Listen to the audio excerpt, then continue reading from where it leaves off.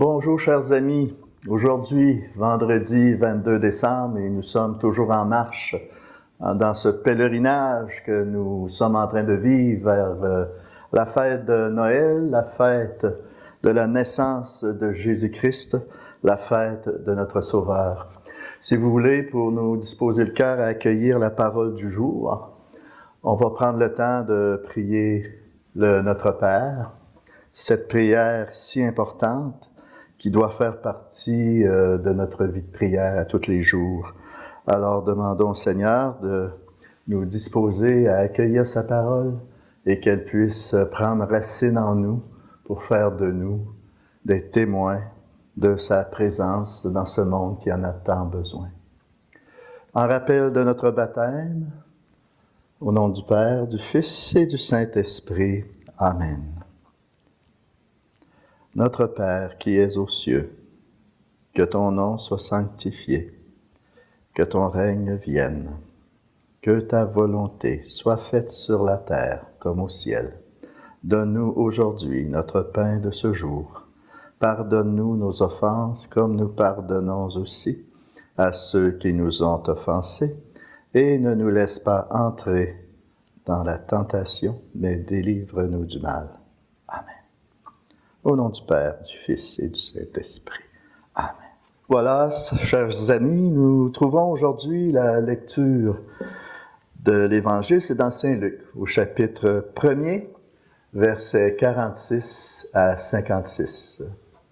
Le Seigneur soit avec vous. Évangile de Jésus-Christ selon Saint Luc. Gloire à toi, Seigneur Jésus. Le ciel et la terre éclataient de joie, le divin enfant est né. Alléluia, Alléluia. Gloire à toi dans les cieux, Alléluia. En ce temps-là, Marie rendit grâce au Seigneur en disant : « Mon âme exalte le Seigneur, exulte mon esprit en Dieu mon Sauveur. Il s'est penché sur son humble servante. Désormais tous les âges me diront bienheureuse. Le Puissant fit pour moi des merveilles, saint est son nom. Sa miséricorde s'étend d'âge en âge sur ceux qui le craignent. Déployant la force de son bras, il disperse les superbes. Il renverse les puissants de leur trône. Il élève les humbles. Il comble de bien les affamés, renvoie les riches les mains vides. Il relève Israël, son serviteur. Il se souvient de son amour, de la promesse faite à nos pères en faveur d'Abraham et sa descendance à jamais. Marie resta avec Élisabeth environ 3 mois. Puis elle s'en retourna chez elle. Acclamons la parole de Dieu. Louange à toi, Seigneur Jésus.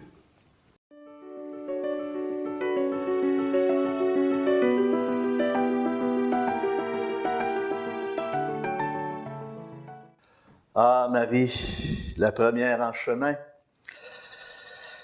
Aujourd'hui, laissons-nous conduire par Marie vers Jésus, celui qui fait éruption dans nos vies et dans notre monde. Marie nous communique le secret de sa propre joie. Marie a approfondi dans le silence et la prière toutes les prophéties et bien sûr celui particulièrement dans le livre de Samuel, le premier livre de Samuel où on retrouve le chant d'Anne. Toi qui écoutes, as-tu le goût aujourd'hui d'entrer dans la joie de Marie? De te laisser habiter par ce Magnificat et que ça puisse transpercer ton cœur de cette joie, de la foi, cette joie de croire qui est à la portée de tous. C'est le cadeau que le Seigneur nous offre aujourd'hui. Est-ce que tu le désires, ce cadeau-là? Eh bien, accroche-toi au manteau de Marie. Accroche-toi à son manteau en méditant sur la vie de son Fils Jésus à travers les mystères compris à travers le chapelet. Tous les mystères de la vie de Jésus et de sa vie à elle, à travers le chapelet. Les deux magnificats que l'Église nous propose aujourd'hui sont une invitation pour chacun et chacune d'entre nous d'en dire un troisième, notre propre Magnificat. Un cantique personnalisé dans la méditation des Saintes Écritures, à laquelle nous sommes appelés à vivre à chaque jour, et qu'on puisse l'incarner dans notre vie quotidienne, notre vie de foi, et ce, à l'école de Marie. Le pape François nous répète sans cesse, la joie de l'Évangile remplit le cœur et toute la vie de ceux et celles qui rencontrent Jésus, de ceux et celles qui se laissent rencontrer par Jésus ressuscité. Il continue en disant, avec Jésus-Christ, la joie naît et renaît toujours.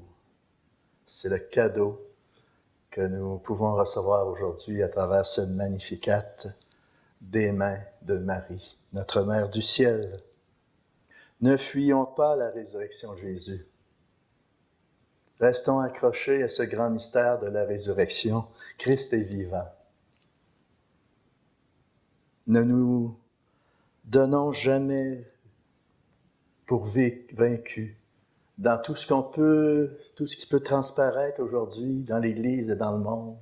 Il ne faut pas s'avouer vaincu, mais de nous accrocher à la résurrection du Christ, qui est vivant. C'est la vie du Christ en nous qui nous pousse en avant. Comme Marie qui portait le Christ dans son sein, nous aussi, par notre baptême, nous sommes des porteurs de Dieu qui nous poussent en avant. Marie possède un trésor et elle s'empresse d'aller partager sa joie à sa cousine Élisabeth.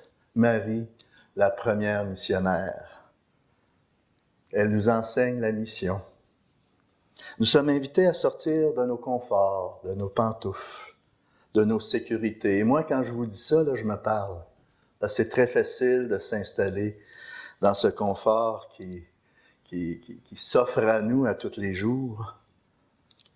Mais il faut sortir, faire comme Marie, notre modèle missionnaire, partager notre joie de posséder un tel trésor.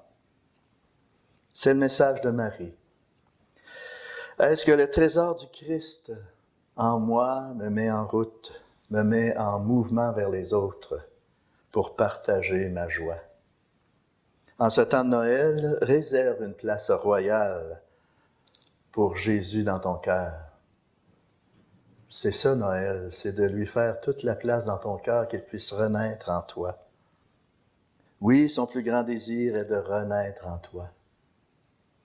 Ainsi, tu deviendras comme Marie, porteur et porteuse de Jésus à ceux et celles qui sont en attente du Sauveur dans leur vie. Rappelle-toi, peu importe où tu te trouves, tu es en mission. Marie ne va pas faire une longue catéchèse à Élisabeth. Elle va partager une présence. La joie de la foi, c'est pas l'esprit du fun. C'est plus profond que ça. La joie de l'Évangile, c'est une présence en nous. La présence du ressuscité. Ce fruit de l'esprit, la joie, est une présence en nous. C'est la première chose qui nous est demandée, c'est de partager cette présence. Permettons-nous, à partir d'aujourd'hui, de passer du petit Jésus de la crèche pour être davantage présents au trésor qui nous habite depuis notre baptême. Et à l'exemple de Marie, prendre la route pour partager ce trésor-là. Et il y a dans le monde Élisabeth de nos communautés chrétiennes et de nos familles qui attendent de nous la joie de notre foi, qui attendent de nous ce témoignage. C'est vrai qu'il faut reconnaître que la joie ne se vit pas de la même façon à toutes les étapes et dans toutes les circonstances de notre vie. Parfois, c'est difficile. On est éprouvé par le deuil, on est éprouvé par la maladie. Cependant, cette joie s'adapte et se transforme selon ce qu'on vit. Et elle demeure toujours au moins comme un rayon de lumière qui naît de la certitude personnelle que je suis aimé de Dieu.